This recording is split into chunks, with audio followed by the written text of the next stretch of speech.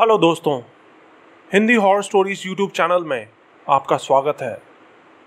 और अब वक्त है डरने का। भूत, पिशाच, चुड़ैल, छलावा, जिन और भी ना जाने क्या क्या, इस दुनिया में ना जाने कितने खतरनाक और रहस्यमय राज छुपे हुए हैं। और आज मैं लेकर आया हूं कुछ ऐसे शैतानों की सच्ची कहानियां जो अपने शिकार को फंसाने के लिए इंसानों की आवाज में भी बात कर सकते हैं। तो खुद भी सुनिए और अपने दोस्तों के साथ भी शेयर कीजिए और मजा लीजिए इन सच्ची डरावनी कहानियों का।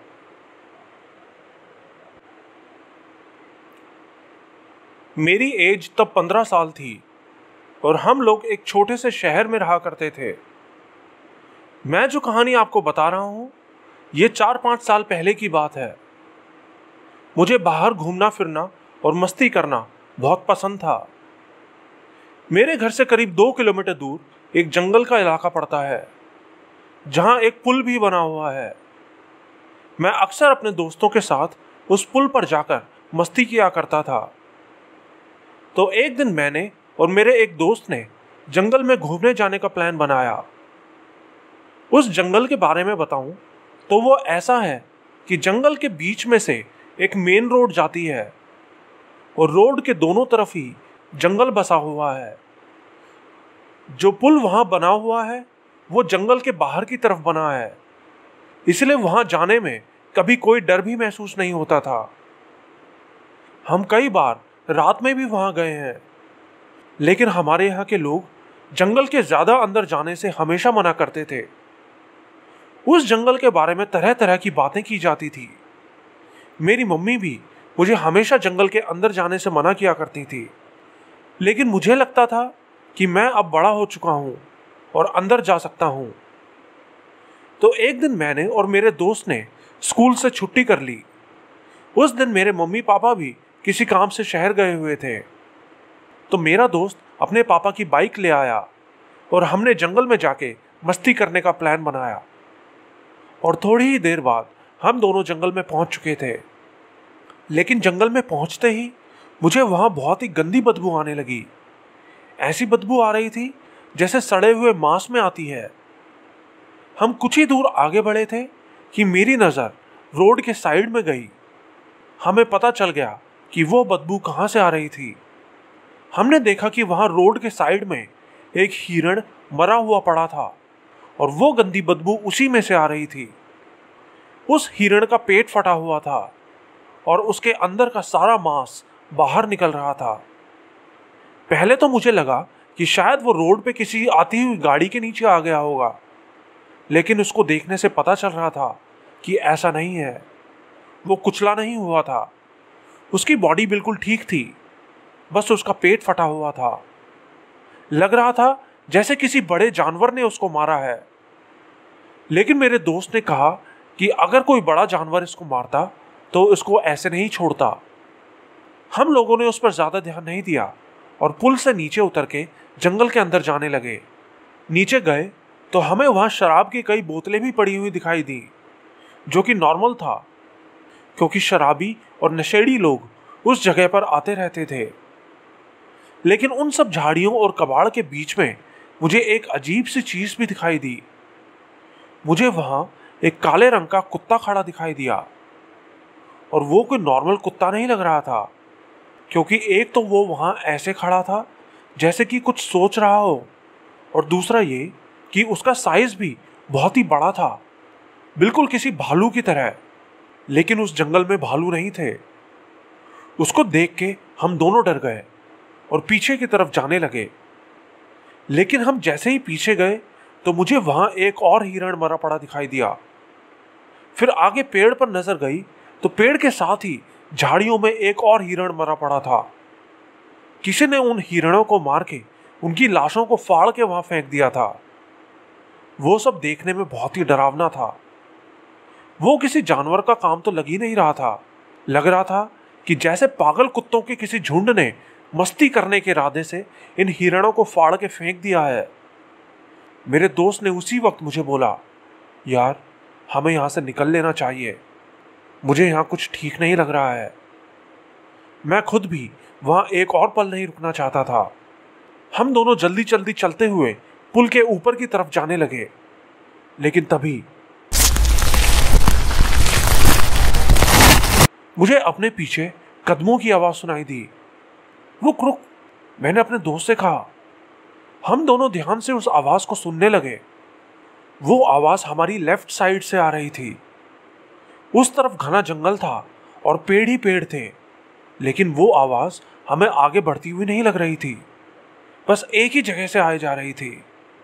मैं धीरे से झुका और मैंने एक पत्थर उठा लिया और उस तरफ फेंक के मारा जिस तरफ से वो आवाज आ रही थी। पत्थर फेंकते ही वो कदमों की आवाज आनी बंद हो गई। अचानक से बिल्कुल सन्नाटा छा गया। मेरा दोस्त बोला, डर मत यार, कुछ नहीं है। लेकिन इससे पहले कि मैं कुछ बोल पाता, मेरे दोस्त को पीछे से कोई आवाज सुनाई दी। वो झट से मुड़ के पीछे देखने लगा। मुझे नहीं पता उसने वहां क्या देखा, लेकिन वो मुझसे बोला कि मैं जैसे ही बोलूं, जितनी तेज हो सके यहां से भागना शुरू कर दियो।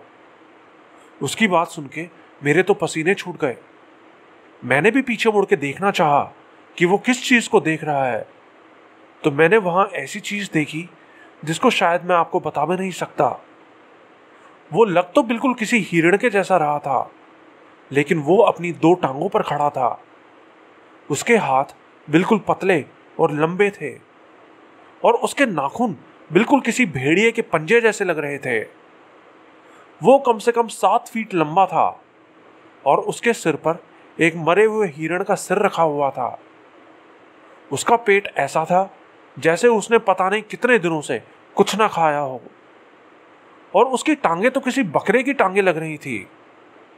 ऐसा लग रहा था कि जैसे वो कई सारे जानवरों को ऊपर नीचे जोड़ के बनाया गया हो। वो देख के मैं तो डर के मारे वहीं जम गया। मेरी आंखों से आंसू निकल रहे थे, लेकिन मेरे दिमाग ने तो जैसे काम करना ही बंद कर दिया था। तभी मुझे मेरे कानों में एक अजीब सी आवाज सुनाई दी, डर मत यार, कुछ नहीं है। ये उसी शैतान की आवाज थी, लेकिन ये वर्ड्स तो अभी अभी कुछ देर पहले मेरे दोस्त ने बोले थे।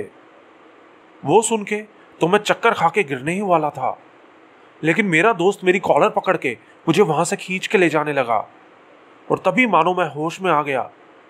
होश आते ही हम दोनों वहां से तेजी से भागने लगे। उस वक्त मैं बस यही दुआ कर रहा था कि हे भगवान, बस आज बचा ले। हम दोनों भागते हुए अपनी मोटरसाइकिल के पास पहुंच गए, लेकिन हमारी मोटरसाइकिल हमने पुल के ऊपर की तरफ ना खड़ी करके थोड़ा नीचे की तरफ खड़ी की थी, और वहां से ऊपर आते हुए हम बाइक को ज्यादा तेजी से नहीं चला सकते थे। मुझे नहीं पता कैसे, लेकिन हम उस बदहवासी में मोटरसाइकिल लेकर किसी तरह वहां से भाग निकले और अपने घर पहुंच गए। मैं अपने घर तो पहुंच गया था, लेकिन उस शैतान का खौफ तो जैसे मेरे दिल में ही बैठ गया था। मेरे दिमाग में बस उसी की तस्वीर आए जा रही थी। रात में जब पापा मम्मी घर में वापस आए, तो पापा मुझे देखने के लिए मेरे रूम में आए। पापा ने जैसे ही मेरे कमरे का दरवाजा खोला तो मैं डर के मारे उछल पड़ा। मुझे लगा कहीं वही शैतान ना आ गया हो। मेरा चेहरा देखकर पापा ने मुझसे पूछा, क्या हुआ, सब ठीक तो है? मैंने सारी बात पापा को बता दी। मेरी बात सुन के सबसे पहले तो पापा ने मुझे डांट लगाई जंगल में अंदर जाने के लिए। मुझे नहीं पता पापा को मेरी बात पर यकीन हुआ था या नहीं, लेकिन पापा ने कहा कि वो अगली सुबह खुद जाकर वहां चेक करके आएंगे। लेकिन मैं बिल्कुल नहीं चाहता था कि पापा वहां जाएं। तो पापा ने कहा कि वो वहां अकेले नहीं बल्कि अपने कुछ दोस्तों को साथ लेकर जाएंगे। उस रात मैं बिल्कुल नहीं सो पाया। फिर अगली सुबह ही पापा ने कुछ दोस्तों को घर में बुला लिया और वो सब जंगल में चले गए। लेकिन 20-25 मिनट बाद ही पापा और उनके दोस्त वापस आ गए। उनके चेहरे सफेद पड़े हुए थे। जाहिर था उन्होंने वहां किसी बहुत ही डरावनी चीज को देखा था। पापा ने मुझे ये तो नहीं बताया कि उन्होंने वहां क्या देखा, लेकिन मैंने पापा को बात करते हुए सुना कि वो लोग पुलिस को बुलाने की बात कर रहे थे।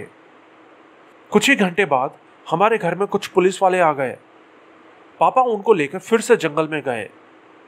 जब वो वापस आए तो पुलिस वालों ने मुझसे भी पूछताछ की, जो कुछ भी मैंने वहां देखा था उसके बारे में। उस वक्त तो मुझे नहीं पता था, लेकिन बाद में मुझे पता चला कि जब पापा और उनके दोस्त जंगल में गए, उनको वहां जानवरों की लाश के साथ साथ किसी इंसान के शरीर के भी कुछ हिस्से पड़े मिले थे। जब पुलिस ने उस एरिया की जांच की तो उनको वहां गांव से गायब हुई गाय भैंसों के साथ साथ कम से कम 3 इंसानों के मारे जाने का भी पता चला। उनमें से एक बॉडी तो एक लड़की की थी जो हमारे ही गांव से कुछ साल पहले गायब हो गई थी। उस लड़की की कुछ बची खुची हड्डियां पुलिस ने वहां से बरामद की थी। उस दिन के बाद से इलाके के सब लोग उस जंगल में जाने से बचने लगे। वो शैतान जो उस दिन हमने देखा था, वो शायद अब वहां से जा चुका है, क्योंकि उसके बाद हमारे इलाके में किसी ने उसको नहीं देखा। लेकिन वो जो कुछ भी था, वो कम से कम इस दुनिया का तो नहीं था। ये बस 3 महीने पहले की ही बात है, और उस दिन के बाद से मैं अभी तक रात में ठीक से नहीं सो पाया हूं। मैंने इस बारे में अपने कुछ ही खास दोस्तों को बताया था, लेकिन उन्होंने भी मेरी बात पर यकीन नहीं किया। मैं जिस इलाके में रहता हूं वो ऐसा है कि ये इलाका मॉडर्न तो है, लेकिन पिछड़ा हुआ भी है। मेरा मतलब, इस जगह आपको ऊंची ऊंची बिल्डिंग्स भी मिल जाएंगी, लेकिन साथ ही बहुत सारे खेत और जंगल भी मिल जाएंगे। मेरा घर ऐसे ही एक छोटे से जंगल के पास है। एक रात करीब 11 बजे मैं अपने घर के बाहर टहल रहा था। टहलते हुए मेरा मन किया कि क्यों ना जंगल में जाके कुछ सेब तोड़ के खाए जाएं। उस जंगल में मैं बचपन से पला बड़ा हूं और उस वक्त टाइम भी ज्यादा नहीं हुआ था। आसपास के लोग भी जगे हुए थे, इसलिए मुझे जंगल में जाते हुए बिल्कुल भी डर नहीं लग रहा था। लेकिन उस रात हवा में एक अजीब सा भारीपन था। जंगल के सामने लगी स्ट्रीट लाइट भी नहीं चल रही थी, जबकि वो एक रात पहले तक जल रही थी। खैर, मुझे तब भी डर नहीं लग रहा था। अंधेरी रात में चांद की रोशनी के सहारे मैं जंगल में पहुंच गया और कुछ सेब तोड़ लिए। सेब तोड़ के मैं वापस आने के लिए पलटा ही था कि मुझे अपने पीछे से एक आवाज सुनाई दी। मैंने झट से पलट के देखा, लेकिन वहां कोई नहीं था। मुझे लगा शायद कोई बिल्ली या गिलहरी होगी। मैं फिर से आगे बढ़ने लगा, लेकिन मुझे वही आवाज फिर से सुनाई दी, और इस बार वो आवाज मेरे पीछे से नहीं बल्कि आगे से आई थी। और तभी मुझे बहुत ही हल्की हल्की लेकिन बिल्कुल साफ साफ गुर्राने की आवाज सुनाई दी। मैंने आवाज की तरफ देखा तो मेरे होश उड़ गए। मैंने देखा कि सामने झाड़ियों में एक बहुत ही बड़ा सा कोई जानवर खड़ा है। वो खड़ा तो 4 पैरों पर था, लेकिन उसके बावजूद वो कम से कम 6 फीट ऊंचा लग रहा था। वो किसी काले कुत्ते जैसा लग रहा था, लेकिन मैंने इतना बड़ा कुत्ता पहले कभी नहीं देखा था। उसके शरीर के बाल ऐसे थे जैसे किसी टेडी बेयर के होते हैं। उसके कान लंबे लंबे थे, और शायद आप मेरी बातों पर यकीन ना करें, लेकिन उसके साइड के दांत कम से कम 3 इंच लंबे थे, जो कि उसके मुंह से बाहर निकल रहे थे। मेरे दिमाग को जैसे ही इस बात का एहसास हुआ कि ये जानवर बहुत खतरनाक है, मैंने वहां से भागना चाहा, लेकिन मुझे पता था कि मेरे भागते ही ये मेरे ऊपर हमला कर देगा। इसलिए मैं धीरे धीरे बिना उस शैतान को गुस्सा दिलाए वहां से पीछे पीछे खिसकने लगा। मुझे पता था कि अगर इसने मुझे पकड़ लिया तो मुझे कच्चा चबा जाने में इसको 1 मिनट से ज्यादा नहीं लगने वाली है। धीरे धीरे पीछे जाते हुए मैं बस 1 सेकंड के लिए ही पीछे रास्ता देखने के लिए पलटा था कि तभी मुझे अपनी तरफ भारी कदमों के भाग के आने की आवाज सुनाई दी। मैं उसी वक्त पलटा तो देखा कि वो शैतान मेरी तरफ भाग के आ रहा था। वो मुझ पे झपटा और मैंने अपने आप को बचाने के लिए अपना हाथ आगे कर लिया। उसके मुझसे टकराते ही मैं धड़ाम से जमीन पर जा टकराया। वो मेरा हाथ नोच रहा था। मैं जोर जोर से चीखता हुआ अपने आप को उससे छुड़ाने की कोशिश करने लगा, लेकिन मेरी मदद की आवाज किसी ने नहीं सुनी। लेकिन तभी मैंने ध्यान दिया कि वो मेरा हाथ नोच तो रहा था, लेकिन इतनी जोर से नहीं जितनी जोर से वो नोच सकता था। वो चाहता तो एक झटके में मेरा हाथ उखाड़ सकता था। लेकिन वो मुझे बस अपने आगे वाले दांतों से काट रहा था। ये समझ आते ही मैंने अपने साइड में पड़े एक पत्थर के टुकड़े को हाथ में उठाया और उसके सर पर कई बार मारा। पहले तो उसको कोई असर ही नहीं हो रहा था, लेकिन फिर मैंने उसको इतनी जोर से पत्थर मारा कि वो पत्थर ही टूट गया। इस बार उसको दर्द हुआ तो वो एक बहुत ही डरावनी चीख निकालते हुए थोड़ा सा पीछे हो गया। मेरे पास वही मौका था। मैं उठा और पूरी ताकत से वहां से भागने लगा। मुझे लगा था कि शायद मैं उस शैतान से बच के भाग जाऊंगा, लेकिन मैं गलत था। मैं थोड़ी ही दूर पहुंचा था कि उसने पीछे से मेरा एक पैर दबोच लिया, लेकिन उसने मेरा पैर ऐसे पकड़ा हुआ था जैसे किसी इंसान ने पकड़ा हो। मेरा मतलब उसने मेरा पैर अपने मुंह से नहीं दबोचा था, बल्कि अपने आगे वाले हाथों से पकड़ा हुआ था। उसके हाथ उस वक्त बिल्कुल किसी इंसान के हाथ लग रहे थे। लेकिन मेरे कुछ सेकंड वहां छटपटाने के बाद उसने खुद ही मुझे छोड़ दिया। मैं उसी वक्त वहां से भाग निकला। भागते हुए मैंने पीछे मुड़ के देखा तो देखा कि वो किसी इंसान की तरह दो पैरों पर खड़ा था, और वैसे खड़ा हुआ वो बहुत ही बड़ा और तगड़ा लग रहा था। उसकी कमर में कूप भी निकला हुआ था। मुझे उसको उससे ज्यादा नहीं देखना था। मैं जितनी तेज हो सकता था वहां से भाग रहा था। भागते हुए मुझे अपने हाथ से कुछ गीला गीला निकलता हुआ महसूस हुआ। वो मेरा खून था, लेकिन उस वक्त मुझे दर्द का एहसास हो ही नहीं रहा था, बल्कि मैं खुश था कि मेरी जान बच गई थी।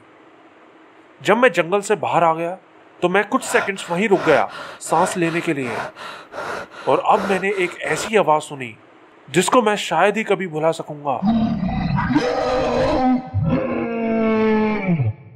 वो आवाज लग तो किसी भेड़िए की रही थी, लेकिन वो एक इंसान की आवाज भी लग रही थी। लग रहा था जैसे कोई भेड़िया इंसान की आवाज निकालने की कोशिश कर रहा है। वो आवाज सुनते ही मैं फिर से भागने लगा, और इस बार मैं अपने घर जाने तक नहीं रुका। घर जाके मेरे मम्मी पापा ने मेरी हालत देखी तो मैंने बोल दिया कि एक बहुत बड़े कुत्ते ने मुझे काट लिया है।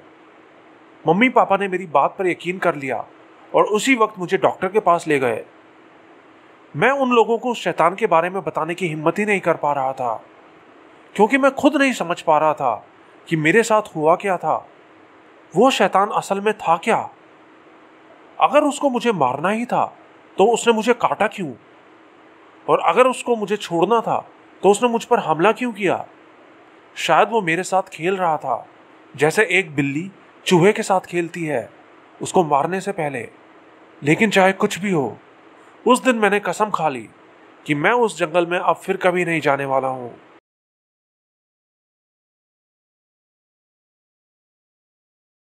ये बात कुछ साल पहले की है।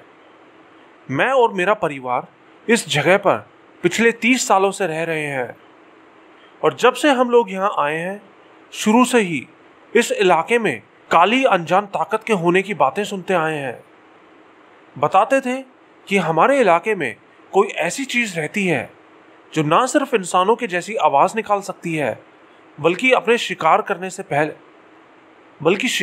से पहले वो अपने शिकार को फंसाने के लिए किसी इंसान का रूप भी ले सकती है, और वो रूप देखने में इतना असली लगता है कि समझदार से समझदार इंसान भी चकमा खा जाए। हम लोग इन सब बातों को शुरू से सुनते तो आए थे, लेकिन हमारी फैमिली के किसी भी मेंबर का सामना उस शैतान से कभी नहीं हुआ था। लेकिन फिर एक रात मैं अपने कमरे में लेटी हुई थी कि तभी मेरी छोटी बहन ने मेरा दरवाज़ा खटकाया। मैंने दरवाज़ा खोला तो देखा कि मेरी बहन हाथ में एक कैंची पकड़े बाहर खड़ी थी। उसको देख के मैंने हैरानी से पूछा, क्या हुआ, कैंची पकड़े क्यों खड़ी है? वो हंसते हुए बोली, दीदी मेरे बाल काट दो ना। उस वक्त उसके बाल बहुत लंबे थे और वो चाहती थी कि मैं उसके थोड़े से बाल काट दूं। मैंने कहा चलो ठीक है, शीशे के सामने चलते हैं। मैं बेड से उठी और ड्रेसिंग के पास जाके मैंने उसके थोड़े थोड़े बाल काट दिए। वो खुश हो गई और वापस अपने कमरे में चली गई। फिर 2 हफ्ते बाद शाम के करीब 7 बज रहे थे। मैंने बाथरूम में जाकर शावर लेने की सोची तो मैंने अपने टॉवल उठाया और बाथरूम की तरफ जाने लगी। मेरे रूम से बाथरूम जाते हुए सामने हमारा किचन साफ दिखाई पड़ता है। मैंने देखा कि सामने किचन में मेरी बहन फ्रिज के आगे बिल्कुल चुपचाप खड़ी थी। उसकी पीठ मेरी तरफ थी।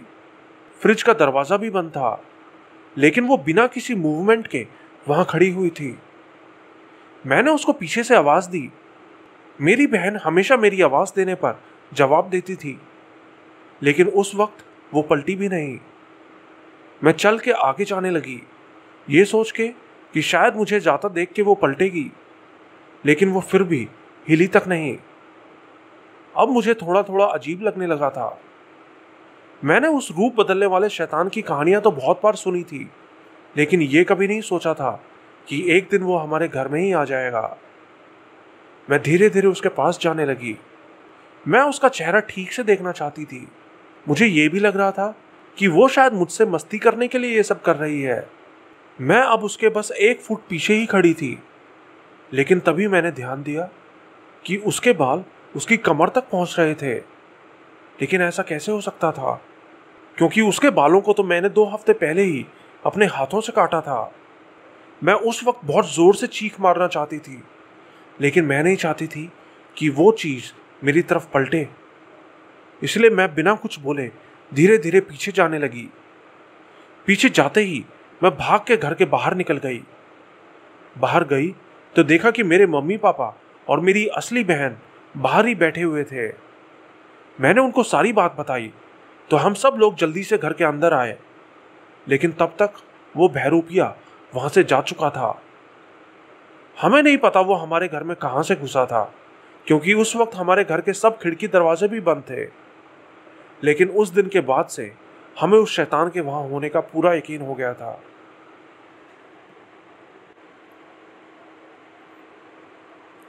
ये आज से करीब 1.5 महीना पहले की बात है। मैं एक एथलीट हूं और अपने स्कूल की तरफ से कॉम्पिटिशन्स में भी जाता हूं।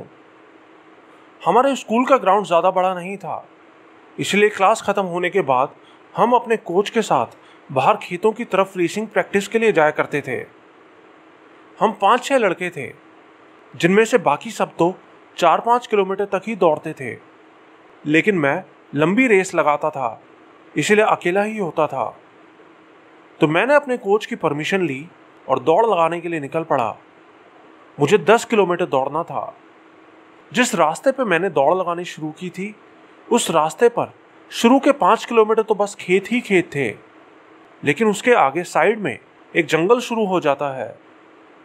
वैसे तो वहां भी पक्की रोड बनी हुई थी, लेकिन वो शहर का आखिरी इलाका था, इसलिए वहां आने जाने वाले लोग बहुत ही कम थे। मैं जंगल के साथ साथ उस रास्ते दौड़ ही रहा था कि मुझे अचानक लगने लगा जैसे कोई मुझे जंगल में से देख रहा है।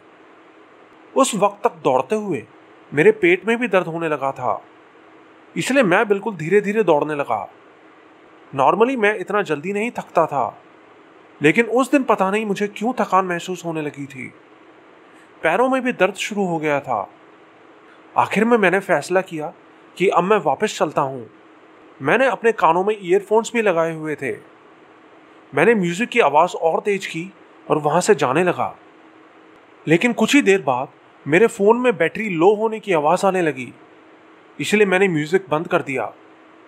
लेकिन म्यूज़िक बंद करते ही मुझे ऐसी आवाज़ सुनाई दी जैसे कोई मेरे साथ साथ जंगल में भाग रहा है। आवाज़ सुन के मैं रुक गया, लेकिन मेरे रुकते ही वो आवाज़ भी बंद हो गई। मैंने रुक के जंगल की तरफ देखा, लेकिन वहाँ कुछ नहीं था। मैंने फिर से दौड़ना शुरू कर दिया, लेकिन मैंने फिर से नोटिस किया कि जैसे कोई जानबूझ के मेरे कदमों के साथ साथ अपने कदम मिला के भाग रहा है। मैंने एक झटके से पलट के अपने पीछे देखा तो देखा कि मुझसे करीब 20 फीट दूर एक बहुत ही बड़ा आदमी जंगल में खड़ा था। वो आदमी इतना बड़ा था जितना मैंने अपनी जिंदगी में पहले कभी नहीं देखा था। उसकी बॉडी पर एक भी बाल नहीं था, जैसे कि उसने अभी अभी वैक्सिंग करवाई हो। झाड़ियों के पीछे मैं उसका चेहरा ठीक से तो नहीं देख पा रहा था, लेकिन जिस तरह से वो वहाँ खड़ा था, मुझे इतना ज़रूर पता था कि ये बहुत खतरनाक है और इसके इरादे ठीक नहीं है। वो मेरे ऊपर झपटने को बिल्कुल तैयार था और तभी वो मेरी तरफ आने लगा। बस अब मैं वहां एक पल और नहीं रुक सकता था। मैं वहां से भागने लगा, लेकिन भागते हुए मेरे पीछे से आवाज आई, क्या हुआ हैरी, इतना क्यों डर रहे हो? ये तो मेरे कोच की आवाज थी। उस शैतान को ना सिर्फ मेरा नाम पता था, बल्कि वो मेरे कोच की आवाज में मुझसे बात कर रहा था। मैं उस वक्त जिस जगह पर था वो बिल्कुल हाईवे के पास थी, और अगर वो मेरी तरफ आता तो मैं भाग के आराम से हाईवे पर जा सकता था, और उस हाईवे पर हर वक्त गाड़ियां चलती रहती हैं। ये बात शायद वो शैतान भी जानता था, इसलिए मुझ पर झपटने के बजाय वो आखिरी बार मुझसे बोला, अगली बार तेरी किस्मत इतनी अच्छी नहीं होगी। उसकी बात सुन के मेरे दिल ने तो जैसे धड़कना ही बंद कर दिया, और देखते ही देखते वो शैतान जंगल के अंदर गायब हो गया। मैं भी वहां से भाग निकला और बिना रुके वहां से भागता गया। मैंने उस शैतान को देखने की बात किसी को नहीं बताई, क्योंकि मुझे पता था कि सब लोग मेरा ही मजाक उड़ाएंगे। पूरा दिन मैं बहुत खौफ में रहा। रात में जब मैं अपने बेड पे लेटा हुआ था तो मुझे अचानक किसी के कूदने की आवाज सुनाई दी। मेरी तो जान निकल गई। मुझे लगा वो शैतान आ गया है, लेकिन वो मेरा छोटा भाई था जो मुझे डरा रहा था। उस दिन मुझे ये बात समझ आ गई कि इस दुनिया में बहुत सारे ऐसे खतरनाक राज छुपे हैं जिनके बारे में शायद हम सोच के भी डर जाएं।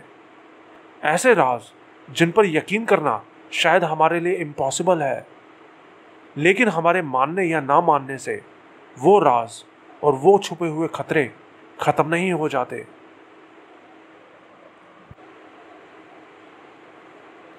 दोस्तों, आपको ये वीडियो कैसा लगा? अगर आप ऐसे ही और भी डरावनी और मज़ेदार कहानियां सुनना चाहते हैं तो मेरे चैनल को सब्सक्राइब करने के साथ साथ चैनल पर जाकर ऐसी और भी कहानियां सुन सकते हैं। अगर आपको ये वीडियो पसंद आया तो इसको लाइक ज़रूर करें, और वीडियो का लिंक अपने दोस्तों के साथ भी फेसबुक और व्हाट्सएप पर ज़रूर शेयर करें। बहुत जल्द आऊँगा कुछ और सच्ची डरावनी कहानियां लेकर। अभी के लिए गुड बाय।